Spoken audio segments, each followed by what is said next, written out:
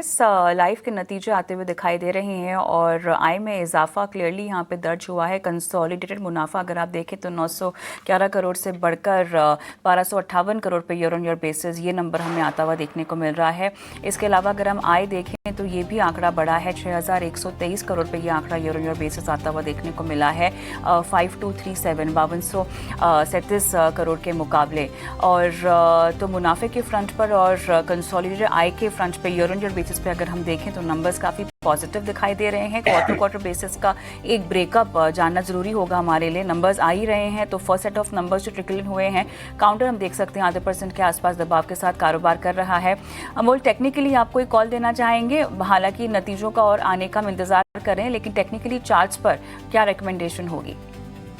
1000 का लेवल अगर stock cross करता है तो जरूर बाइंग साइड का मोमेंटम डेवलप होने के चांसेस बढ़ जाते हैं।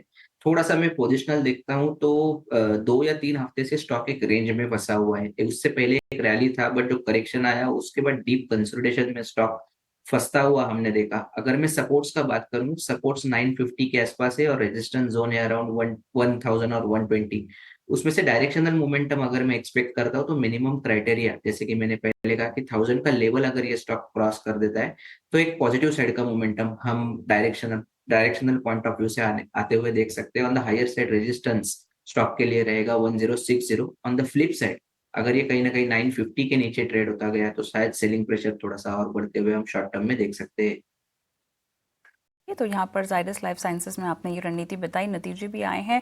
कंसोलिडेटेड नंबर्स यहाँ पर थोड़े से बढ़ते हुए दिखाई दे रहे हैं, लेकिन overall quarter on quarter basis पर देखना होगा कि परफॉर्मेंस कैसी है।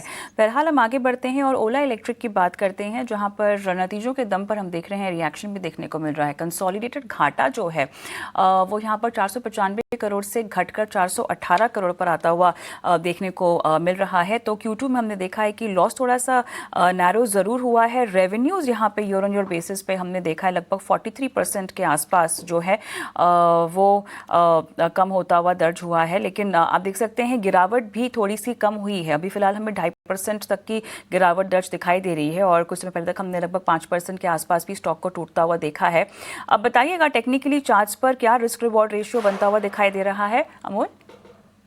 कोई डायरेक्शनल मोमेंटम है नहीं, स्टॉक में एक फंसा हुआ है। करेक्शन के बाद एक लोअर टॉप फॉर्मेशन हुआ है जो रेजिस्टेंस जोन है 58 का। On the flip side support बनाया हुआ है 45 46 का।